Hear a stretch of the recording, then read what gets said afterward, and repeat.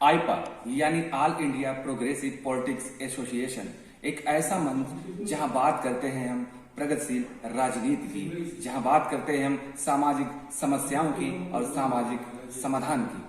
इन तमाम चीजों पर चर्चा करने के साथ साथ आज हमारे बीच मौजूद हैं जनपद शाहजहांपुर की माननीय अर्चना वर्मा जी। इनसे तमाम चीजों पर चर्चाएं करेंगे और जानने की कोशिश करेंगे कि प्रगतिशील राजनीति के बारे में क्या इनका मत है और जो पूर्व में रह चुकी पॉलिटिक्स से रिलेटेड जितनी समस्याएं रही, विकास कार्य को लेकर शहर से लेकर गांव तक, यहाँ तक कि ये जो रिलेटेड हैं विधानसभा ददरोल से रिलेटेड है, उन तमाम चीजों पर चर्चा करने के साथ साथ इनसे ये भी जानेंगे कि विकास कार्य पर क्या भूमिका रही है। जी बहुत बहुत स्वागत है आपका आईपा के इस मंच पर।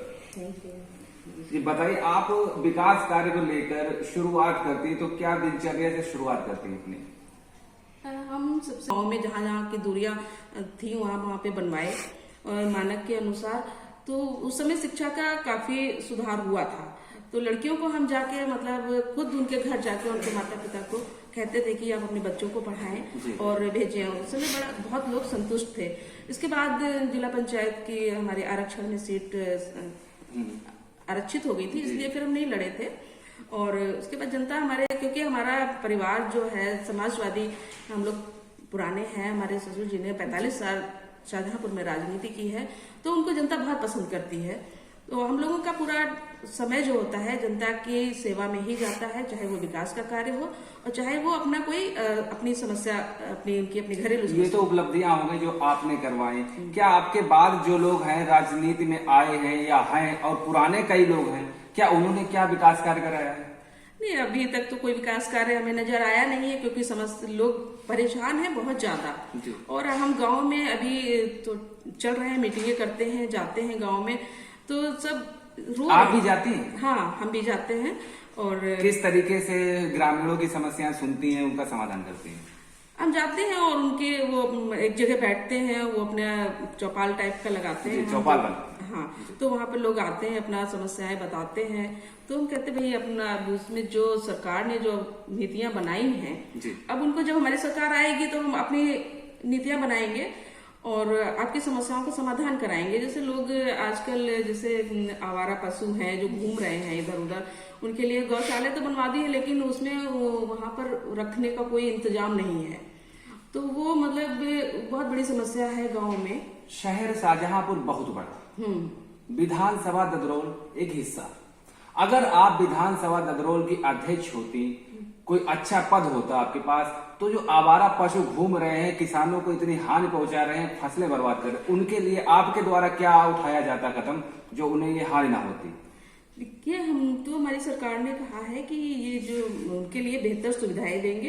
एक छोटी सी बात है, आगामी विधानसभा चुनाव 2022 आ गया है, प्रचार प्रसार जोर शोरों से है। इस बार आपकी क्या तैयारियां है? क्या आप हमारे दर्शकों को बताना चाहेंगी कि इस बार हम किस तरीके से आ रहे हैं आप लोगों के बीच में? नहीं, देखिए, हमारा तो वही एजेंडा है कि पूरा जनता जो है खुशहाल रहे। जैसे हमारी सरकार ने, क्योंकि जमीन से जुड़े हुए हम लोग नेता लोग हैं और हमारे जो राष्ट्रीय अध्यक्ष है उनको भी गांव के परिवेश में सारा पता है, क्योंकि माननीय मुलायम सिंह यादव जी एक ग्रामीण से ही आए, तो उन्होंने बहुत सी समस्याओं को, सारी समस्याओं को विधानसभा से लेकर लोकसभा तक उठाया है। लोकसभा में लड़ाई लड़ी है पिछड़ों के लिए, गरीबों के लिए, क्योंकि हमारी पार्टी ही गरीबों की है, गरीबों की समस्याएं सुनते हैं।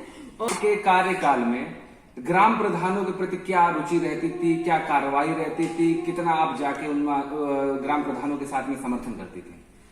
अब जैसे हम अपने समय में ग्राम प्रधानों को बुला के मीटिंग भी करते थे कि आप अपनी समस्याओं को बताइए, और उनके जो भी समस्याएं जिला लेवल की होती थी तो उनको हम यहाँ से अधिकारियों से मिलकर उनकी समस्याओं का समाधान कराते। क्योंकि आपने बताया अभी पूर्व थोड़ी देर पहले आपने बताया कि हम जाके गांव-गांव समस्याओं का समाधान करते थे।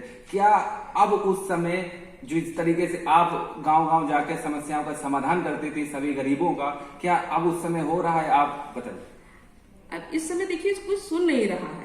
अब समस्याएं तो बहुत है, लेकिन लेके जाएं तो कोई सुन नहीं रहा है। केवल अगर जनता जाती है तो कहते भाई उनसे तो कोई बात ही नहीं करता है। तो फिर हमारे पास पास आते हैं, तो हम यहाँ के जो अपने अधिकारी हैं या कहते भाई तो आप उनसे कहला दीजिए, उनसे कहला दीजिए, और उस नेता का ऑर्डर है, उस नेता का ऑर्डर है, तो कोई सुनते नहीं है।